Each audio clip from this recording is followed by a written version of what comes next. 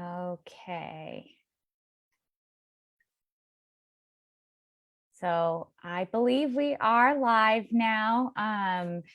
Thank you for joining us this afternoon. My name is Francesca Dubrock, and I serve as the Chief Curator at the Anchorage Museum. Today, I'm joining our live stream while traveling. So I am on the ancestral homelands of the Lenape in New York City. And Alexis is joining us today from Eklutna Dena'ina lands in Anchorage, Alaska. Wherever you may be joining from today, I hope you will take a moment to acknowledge the Indigenous peoples of your area, as well as their care and stewardship of the land. All right. With that, I'm really delighted to introduce this afternoon's artist, Alexis Anoruk Sallee. Alexis Anoruk Sallee is an Inupiaq Mexican artist currently based in Anchorage, Alaska. Her early love of sound, film, and music began while working with the local public radio station, KNBA. Sallee went on to receive a Bachelor's of Science in Recording Arts at Full Sail University. She has worked in sound design for the film industry in Los Angeles and is the producer of Indigify, a national radio show dedicated to contemporary Indigenous music. Currently, Sallee is focused on writing and directing her own films. Her short film, Who We Are, won the grand prize in the 2019 National She Directed Filmmaker Contest. Her current film work is focused on telling stories centering Alaska Native characters and queer identities, while also providing training for local Indigenous peoples in film production. And I just want to note, I totally mispronounced her Inupiaq name. It is Anoruk. Alexis, can you chime in and say that's this right. properly? Okay, thank you. I apologize for butchering that.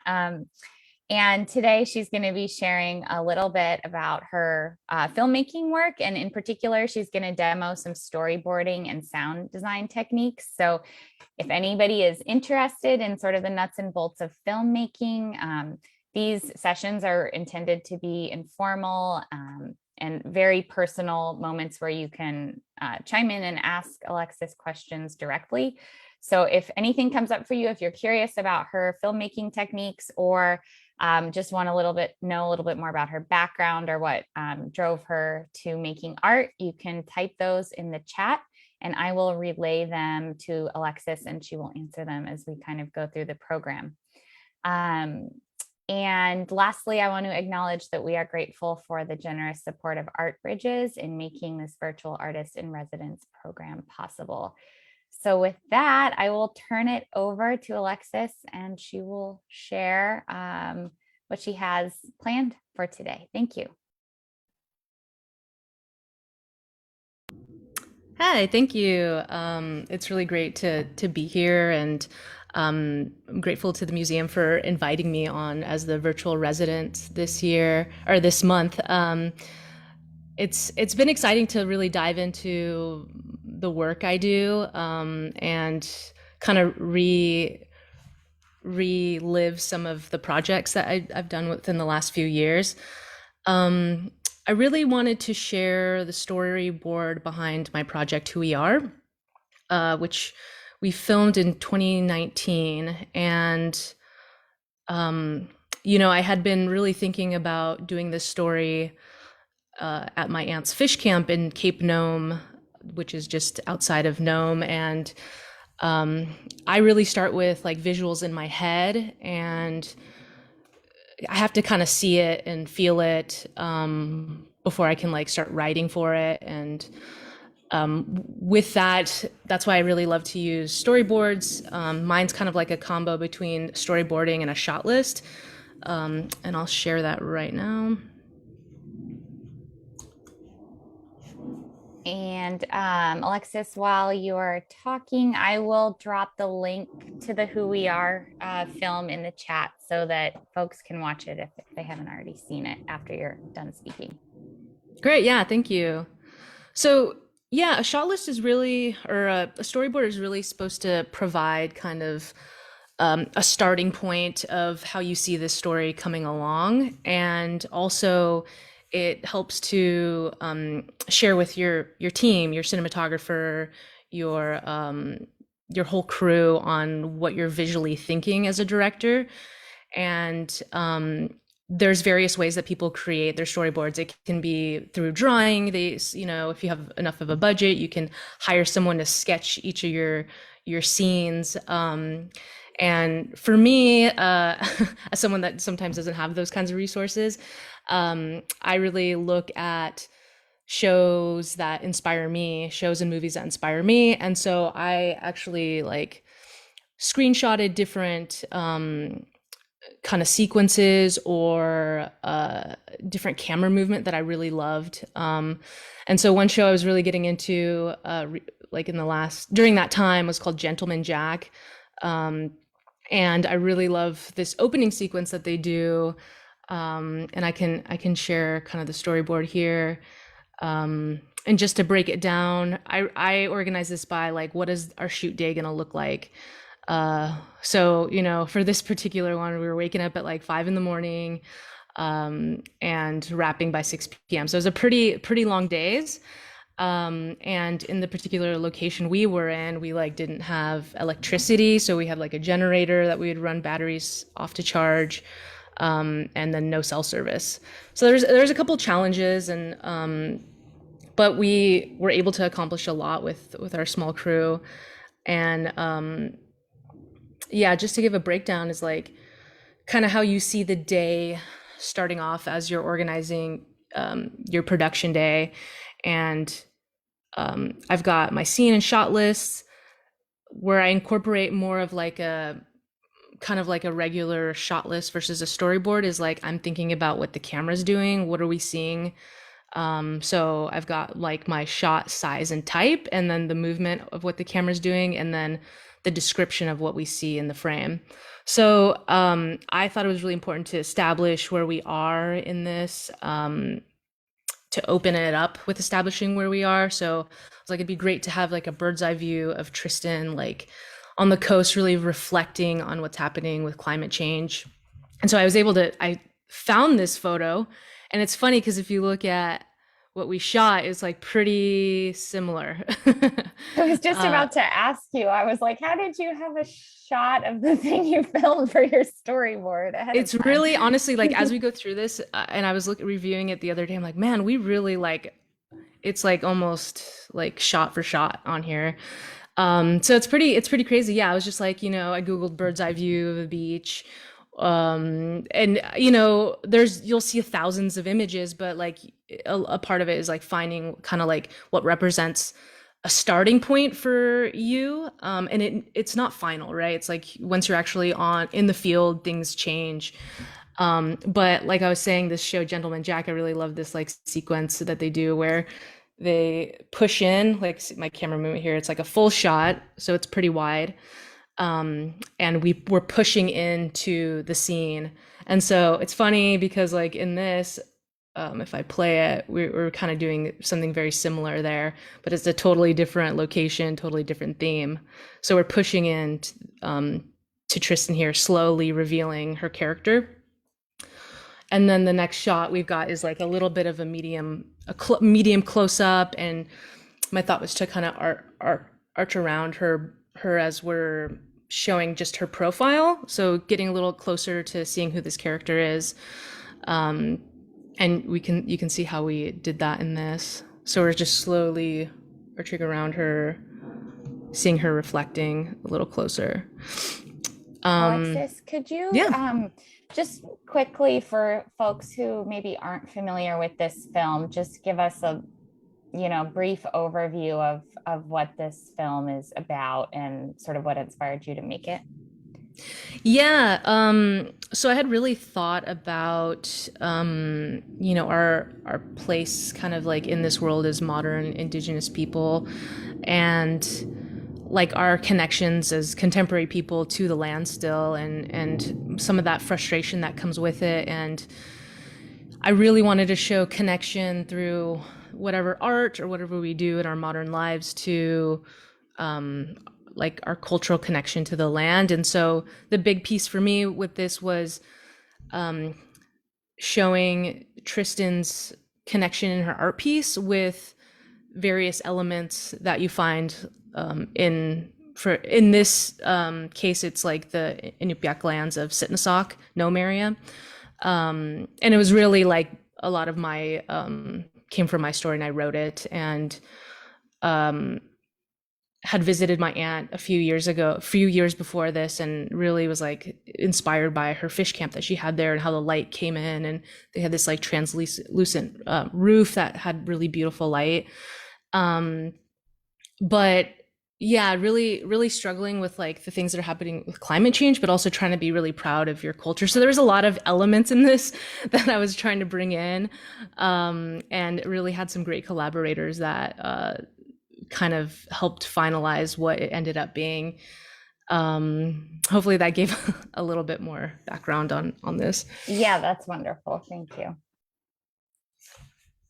Yeah, So it's so really, really personal, I think is the important part in your familiarity with the place where you're filming, and I think helps us as viewers understand sort of your process of putting this whole piece together. yeah, yeah, and really like Tristan's character is really like any of our characters, of like starting with like connecting with your land, and then what like different ways that maybe you're showing your culture through different art pieces, and you know, the various mediums that are out there. um but yeah, I mean, just to kind of go through the shot list a little more, when I'm really a big fan of like slowly revealing characters, and so that's kind of what that opening sequence was to me, was how do we like establish where we are, and then like not give up who we're seeing too quickly. And I love a good like little bit of mystery of like, who is this person, what are they doing. And so another part of establishing where we are is going kind of wide with following Tristan and seeing where the location is. So this next shot is a much wider one, and we're seeing like this Cape Nome landscape, of being on the beach, and the tundra as she walks up there.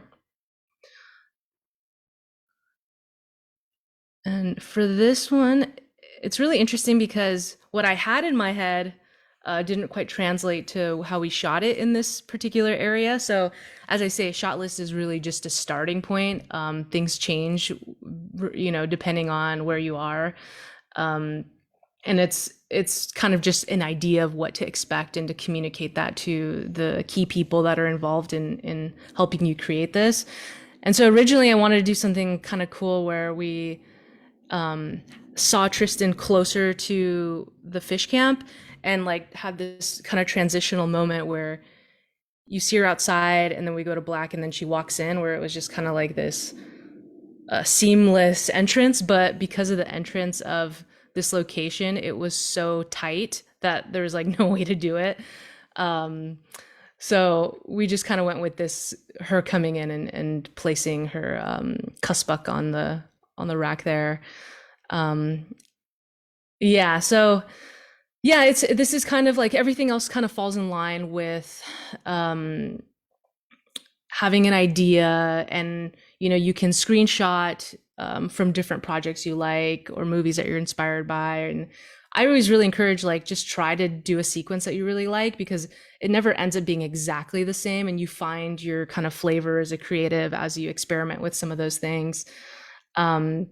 And so like, even any of these are just like screenshots from different movies, that I was like, I really love this close up where it's her versus kind of like the canvas, and thinking about what she's going to paint, and then we follow her along on the journey of this story.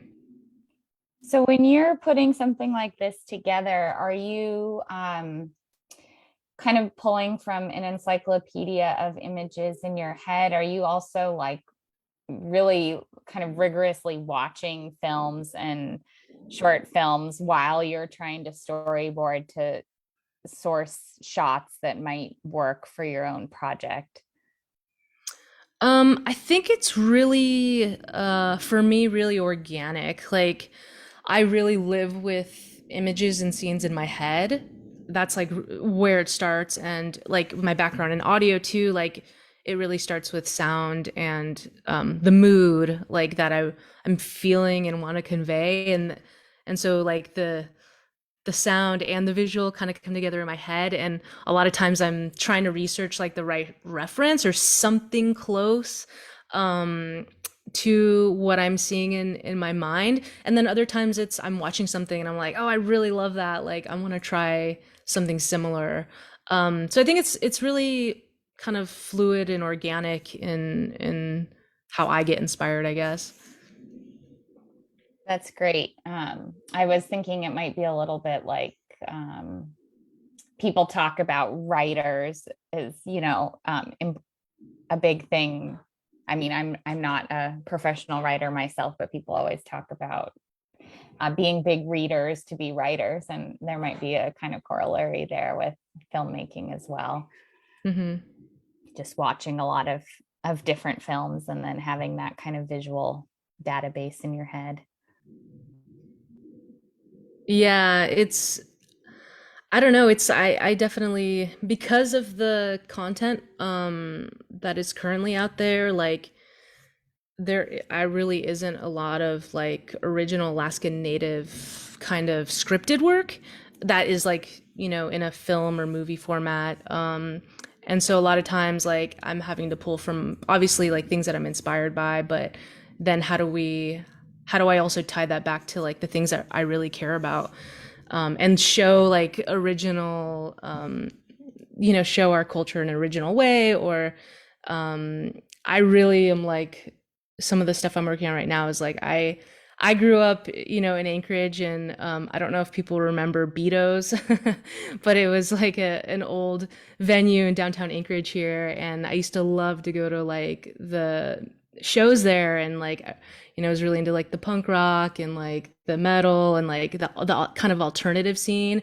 And so I really want to that's something I really want to embrace in my next work um, is some of that kind of stuff, like indigenous alternative culture, countercultures, and just ways that people like maybe haven't seen us before in a big way. And so I just feel like there's a lot of exciting new stories to share, and there's just a lot. Yeah, I can't wait to see what you're cooking up next.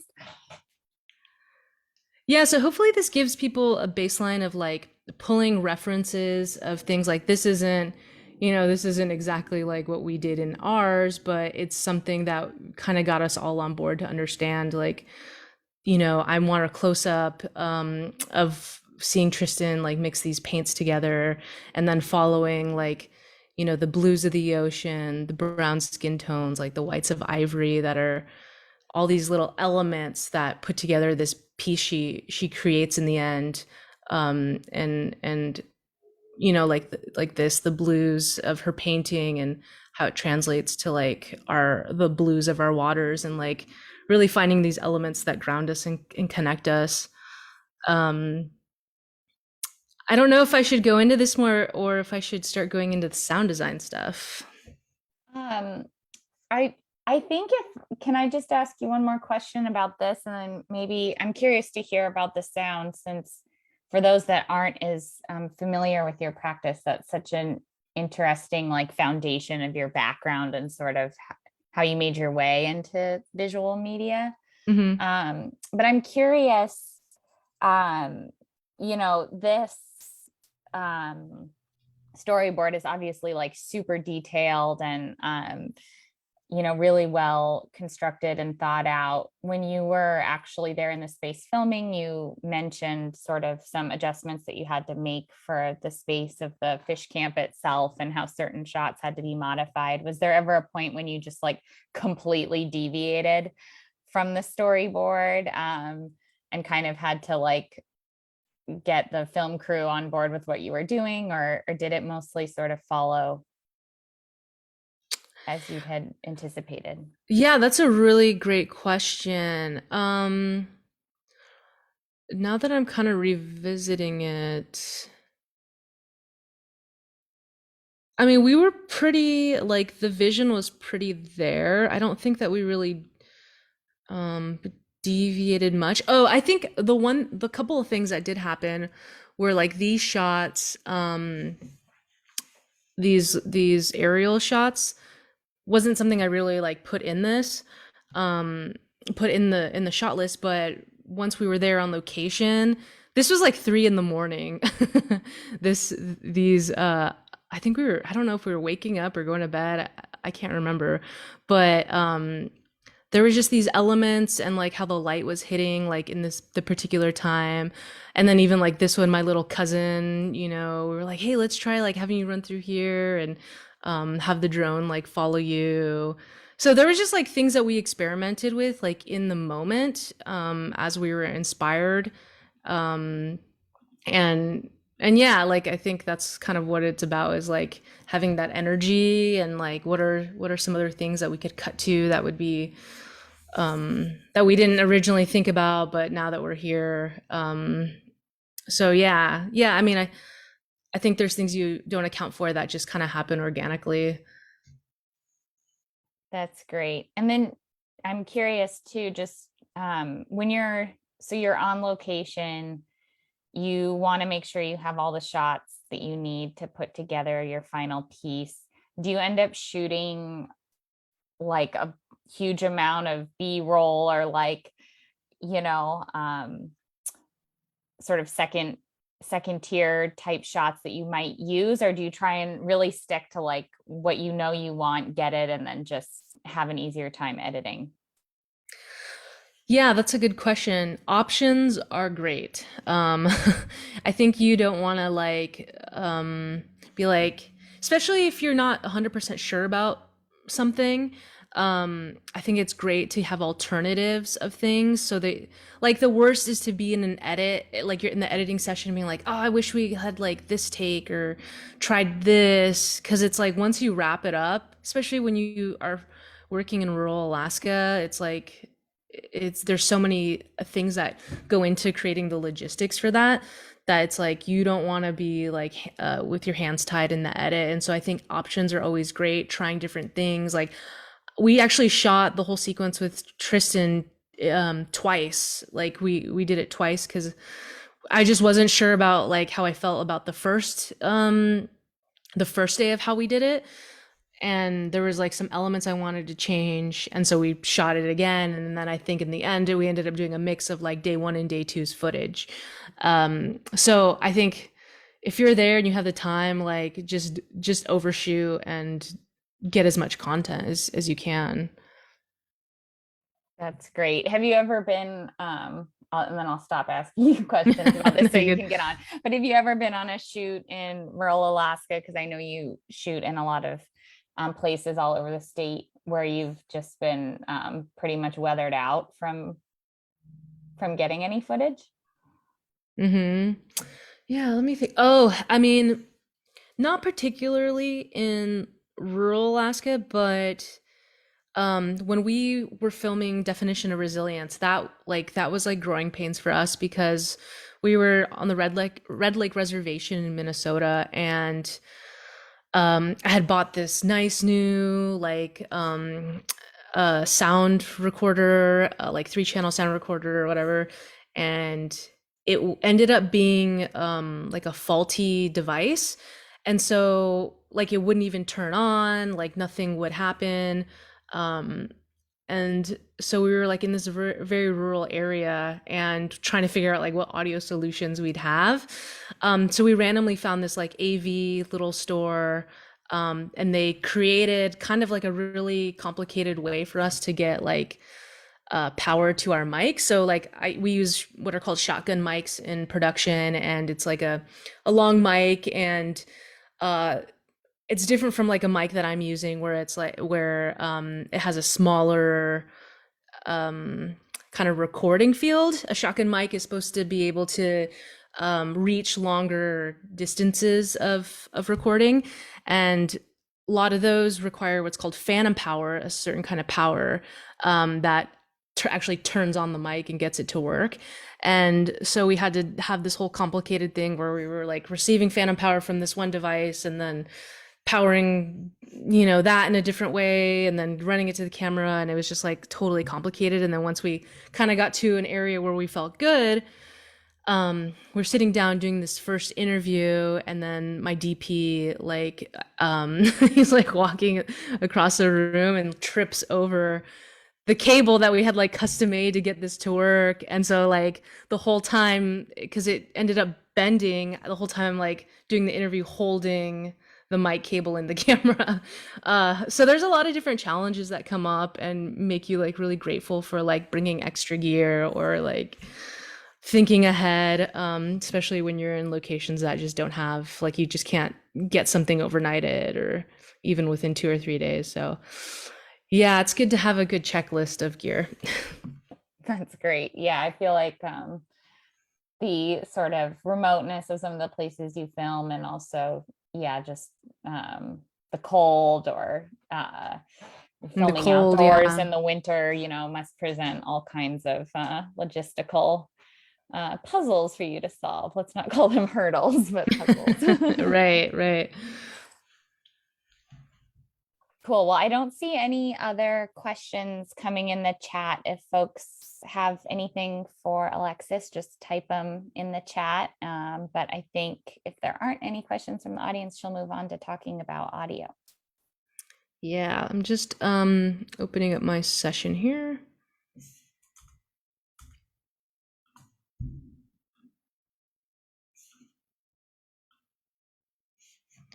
All right, let me know if you can hear this. Yep. Perfect. Cool. So this is my session. I did all the sound editing and mixing for the Who We Are project that I directed and wrote as well. So this is like my full audio session. There's a lot of elements in this, and I'm gonna go ahead and kind of break it down. So my background as a doing sound for film and TV, like I really got to see a lot of great tricks, and got my degree in recording arts, and really worked on some amazing projects that helped kind of influence the way that I go about sound design for the work that I do. You can see the audio goes with the. Oh yeah, let me share that as well. So that all of those clips we're seeing right now, that is the entire audio sort of profile of the Who We Are project, basically. And Yeah, all the little snippets that come in and out. exactly. Okay. Yeah. And so just to kind of break it down, when we're looking at sound in general, there's kind of three big groups. There's dialogue, which can encompass, your primary dialogue of your characters, voiceover, something we also call group sometimes, where, let's say there's a scene where you're in a grocery store and you're hearing people, like seeing people in the background, conversation, like they record all that in TV. And why they do that is because you want your mixer, your what they call re-recording mixer, who's doing the final mix on the project, to be able to manipulate every single element of the audio. So I can bring down the crowd chatter. I can put specifics, like pan them different ways. So we want total flexibility, and that's why we really try to break things down. So dialogue, and then we've got sound effects. And sound effects is Foley, hard sound effects, design, and backgrounds. And I'll break that down too. So Foley is really any element that you see the human doing. So, picking up the bottle, people record that. Foley artist records that. Walking, sometimes opening the door, the hand on the door, clothing movement, anything that your characters are doing that are like human kind of sounds, picking up utensils, that kind of thing.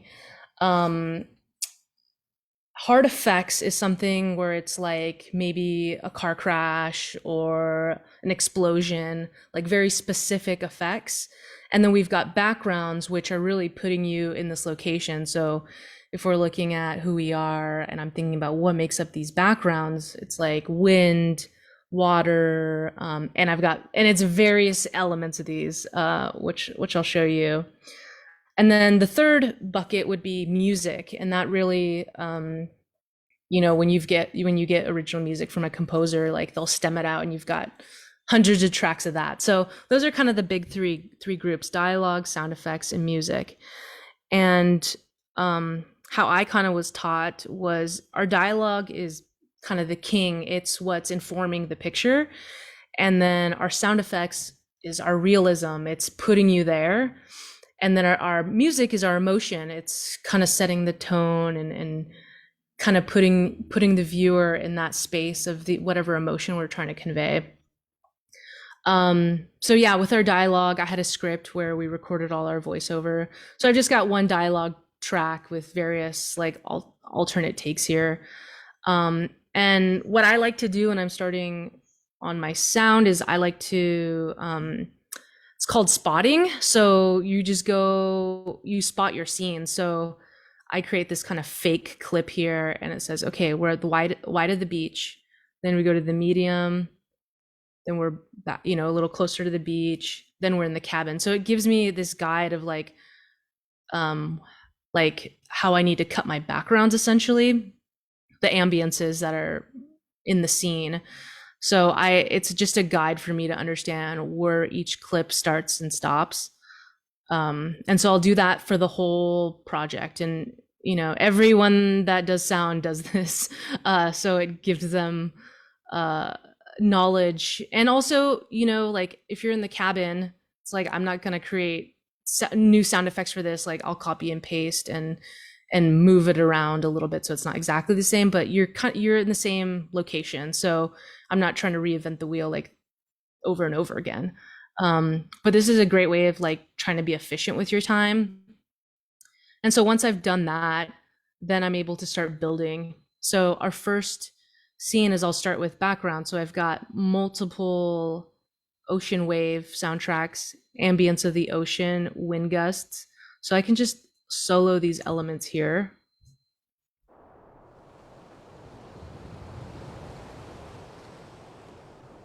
So yeah, we're creating this environment that Tristan is in. And I'm kind of crazy. Like I'll follow how the waves go.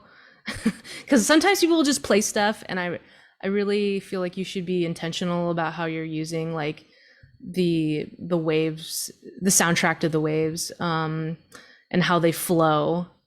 And then I've got like another group of seagulls. Like you hear seagulls a lot around the water here in Alaska. Another level of beach ambiences and water, a little windstorm. So we've got this other, what we call specific. So like I've got specific tracks here that are following that hit of waves. And then I've got specifics of seagulls and stuff. So I'll solo those too.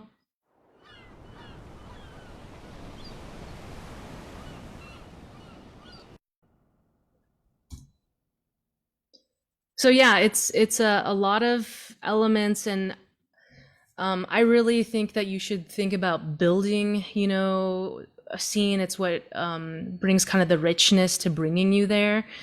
And I think that's also important too when you are in production, is like record some of those ambiences that are there.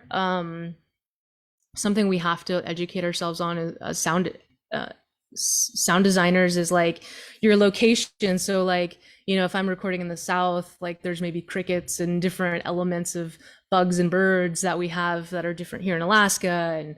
And so like really understanding like what's in that environment. I've been in recording session or like mix sessions where like the director would be like, there's no hawks there, or like will be like, they don't have that ambience there, and like they'll call certain things out. So I think it's actually a really great practice to know, like in research, like what are the animals that are in this area? Like what would you hear at night? And just educate yourself on that. That's funny you mentioned that, because I was recently watching a film with my partner who makes films, and there was a hawk cry in it, and he was like, "There's no hawks there." He's also a bird person, so I think That's that's funny. a good point. I'm curious. So when you're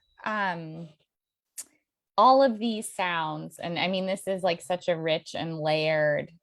I mean, it's kind of mind boggling to look at this and just think that you have all of this in your head as you're putting it together. But are you recording all of those original sounds on the actual recording site, or are you like going to a library after and you know that there's seagull sounds in Nome, and so you're trying to find like the best seagull sound you can from like an audio library somewhere? Yeah, I've built a sound effects drive with thousands of sounds. Like even with like I think I've got like 20,000 sound effects in there. I'm still having to like purchase things here and there just because like I just don't have totally full coverage. Like I think the other day I was like purchasing like bear growls because I just didn't have that in my library. Um, but I'll record some specifics, maybe like the ocean stuff, but I always layer, like I'm always layering stuff, um, and building. And, if we think about how you're mixing like in a sound field, you want to be able to spread things out and make it really full and rich. And so I really think layering is such a good practice when we're thinking about how we're panning things and spreading things out in the final mix. And also something I do want to point out is like, the human hearing is 20 hertz to 20K hertz, and we kind of have this spectrum of audio. And so when you're thinking about your soundscape for a movie, it's really important to think about how these elements balance together. So like how your music, sound effects, and dialogue all come together in the end. Something I see a lot with people is like there's a lot of like muddiness. And so thinking about like how can your music maybe take certain frequencies and how your sound design can take certain frequencies, and just making sure that you're not living like in the same kind of space. Like you want to be able to like spread out and give clarity to your full soundtrack. So those are things like that I always try to keep in mind too, of like, this soundtrack, the music starts with piano, but we've got like, and so that's kind of a higher end frequency instrument where all our, wind and water and everything kind of lives at a lower frequency. And so I feel like they play well together. And then Tristan's voice is kind of like a medium high area. So thinking about how all those things come together in the end as well. And I do a lot of EQing as well, like pulling out some of the high end from the waves, and certain elements I'm pulling certain frequencies down. So I think it's really great to try to manipulate these so they all work together, because it can feel like a lot, I think, in the end.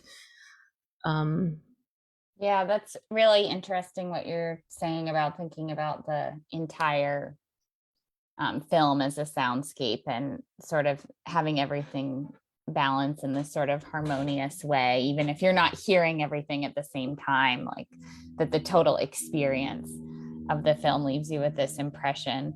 I wonder if you would just like share with us. I know in previous conversations you and I had, you talked about sort of the way that you get inspiration for making a project and how that kind of in some instances starts with sound. Just talk a little bit about how sort of sound maybe like leads the visual process for you. Yeah, so in this particular case, it wasn't so much the music, but more of the sound of being like, I'd spent years growing up in visiting Nome, and then the years prior to filming this, like I had spent some time at my aunt's fish camp there, and just kind of like that feeling of like the humbleness of like being on the coast. And so for me actually really started with like the natural soundscape of that world. And so it's very much just like all this stuff, just like those winds, like the calmness of it. And And then from there, building on some of the more specifics. But just thinking about like the space that I'm in, just being inspired by that natural sound, and then building off of that is kind of for this particular project how it really started for me. Um, I do kind of want to show like some of the Foley stuff, which is really interesting. Like, I remember when I was first getting into audio and like hearing like how all the elements are broken down. Like when I watch a movie now, it's like totally different. So, like some of the Foley stuff, like you'll Alex, hear. just so you know, we don't have a image of the film, if that's important for this part. We're just looking at your timeline of the audio. Oh, I thought I incorporated that. Let me double check.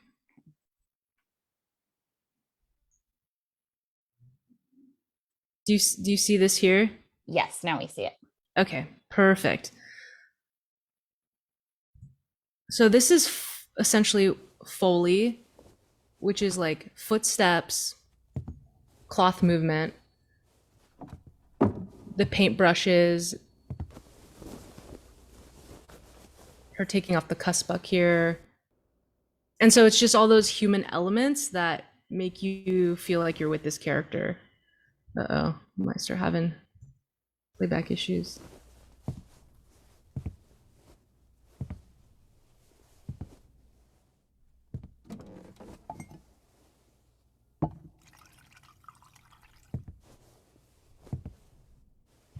So what I really love is like that I can really manipulate any element of this. You know, I've got the cabinet opening, the coffee being poured, and you know, depending on like this could have been off screen, and I could have panned this way left or right, and just had that full control of how I wanted to place the element in the space.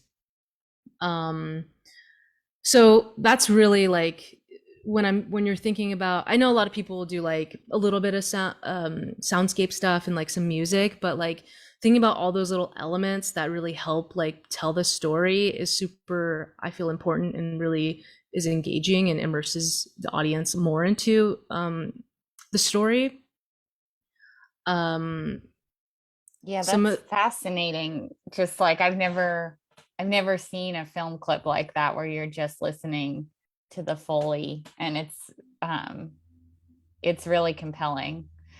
Just thinking about how many layers you as a director are cognizant of as you're creating this, and to a viewer, you know, it who's less familiar with the technical aspects, you just kind of take it for granted.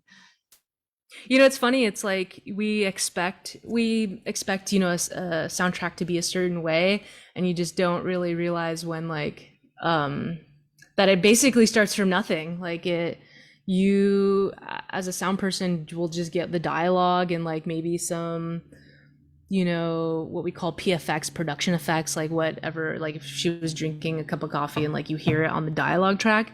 But a lot of times we're creating this whole world from scratch, you know, like the paintbrushing, the footsteps.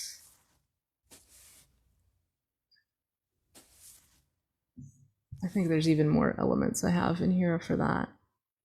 Well, maybe not. But yeah, a lot of this is performed by what's called a Foley artist. So basically, they're following the action of what they're seeing on the screen. So like even this one is like horsehair on wood, like where I'm seeing what they used to create this. And I'll usually like I'll contract that out to a Foley artist, and you know they'll try to follow the exact same footsteps that like Tristan is here like outside on the sand and like boots, so they'll maybe have like a heavier shoe and like on some like sandy rock material and kind of imitate what's happening on screen. It's a really cool world, and like I would encourage anyone to like look up Foley artists on YouTube and just see like how they create stuff from like the craziest things. Yeah, that's super fascinating. I can imagine there's all kinds of sort of creative recipes to approximate certain sounds that, you know, you're looking at on screen that are actually being created by something completely different in the Mm-hmm. studio. Yeah, so that's kind of one of the sound effects elements is Foley. The other one, you know, sound designy.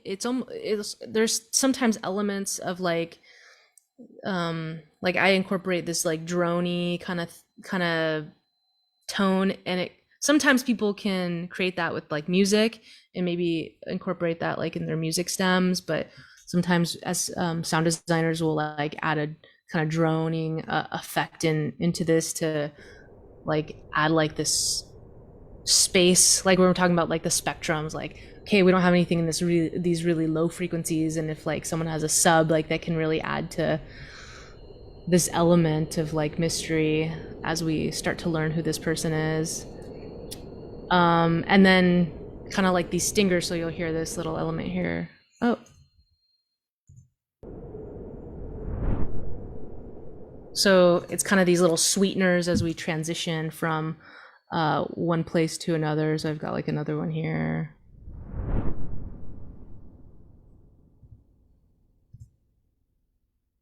So this one here.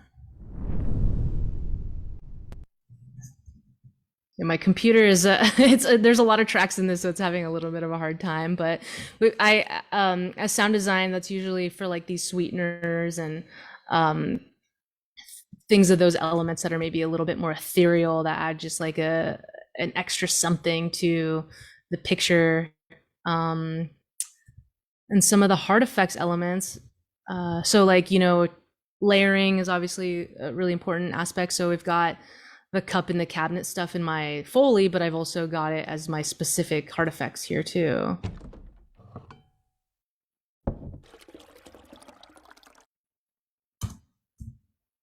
So those would be more like specific things that are happening that I want to sweeten as well. Yeah, and then yeah, I love sometimes just listening to backgrounds. Like it's just kind of so cool just to hear the space.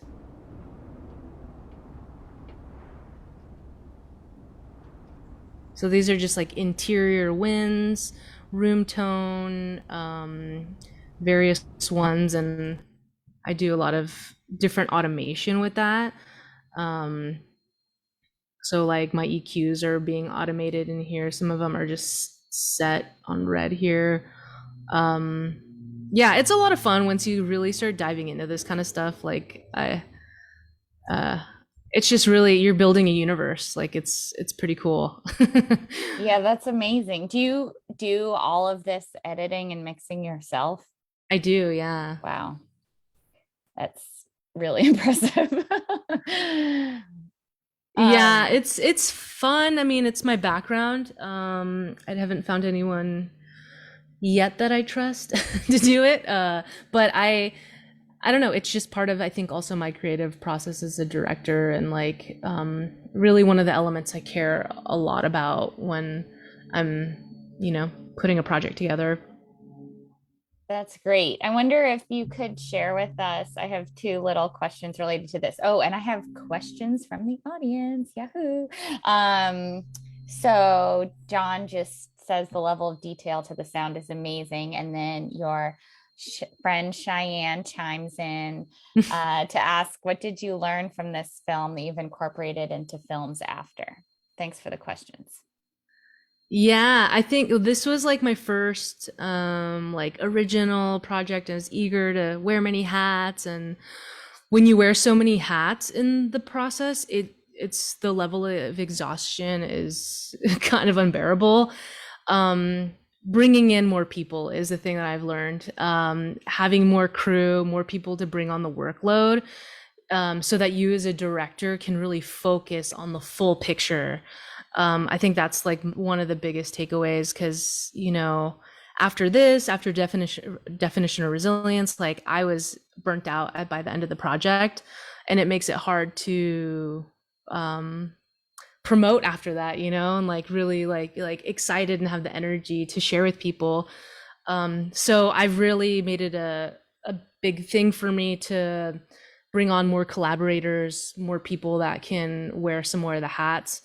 In the past, I've directed, wrote, produced, edited, did the sound design, and then having to promote it. So trying to take a lot more off of that so that it's like sustainable for me, is really one of the biggest lessons I've learned.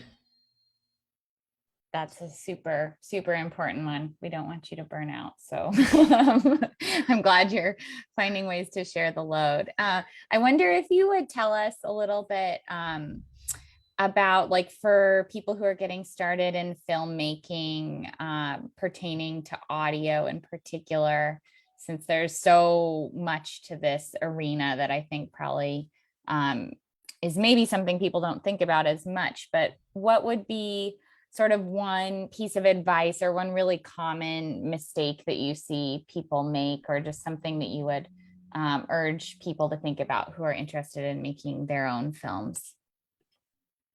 Um, I think, I'm like a dream big person. So I want to do like the highest cinematic quality that I possibly can do, the highest like quality music and everything. Um, because I'm like that investment of time, like you, whatever investment of time you're going to put into this, like regardless if it's like a mediocre film or like something that could be really great, like it's the same amount of time. And reaching out and asking people for like favors, or like creating relationships to make the best quality product that you can make, I think is something that a lot of people don't try to do when they're beginning. They're just like, hey, I'm just trying, I just want to create this, and I wrote this script, and like I'm just kind of settling in certain ways when it comes to the quality of the product. I see that a lot, and I'm like, well, try to do the work to reach out to people and make those connections, because like I feel like, especially as we're trying to build more community in Alaska within the film, especially Alaska Native filmmakers, like we're willing to do each other favors and help each other out. And so like I want to see someone succeed and create something really great. So like don't just settle on like creating something mediocre, and like just go 100. Like if you can, why not? Like it's the same energy to me. So that's what I say, just like don't settle, like do like the best quality work you can do. That's great. And is there a place where I've dropped the link to your the blog and the link to see the film. Is there somewhere where people can sort of get connected with you or find out more about your work that you want me to throw in the chat here? Yeah, I mean, I'm working on a website. I've had a lot of people ask me like, do you have a website? Do you have a website? I'm working on that right now. But the place to really connect with me or just keep up to date on the work that I'm doing is Instagram, AK Alex with 3 X's. And I try to share like generally through stories like behind the scenes of different projects I'm developing, or things I'm working on. So that's kind of the primary way for me. That's great. And for those that are tuning in or watching later, there's several posts that have gone through the Anchorage Museum Instagram too, sharing Alex's work. So be sure to check those out as well. We're getting close to the hour here, so I don't want to take up more of people's time, but if folks have any last questions, please throw them in the chat. Thank you for those that logged in to watch this live, and I hope folks in the future who are watching it recorded find it helpful. Alex, is there anything that you wanted to add or sort of leave the audience with? The only thing I would say would be that like, we're doing a lot of work on narrative sovereignty in like Indigenous filmmakers. And so, there's been traditionally a lot of content that is filmed up here in Alaska about Alaskans and Alaska Native people. And so I really feel that like if you are going to be doing work within our community, to really make sure that you have an Indigenous person from the beginning, and not try to bring them in at the very last minute when you've already done your principal photography. And I'm really about the saying like, no stories about us without us. So I would really encourage our community to make sure to try to reach out and include our community members.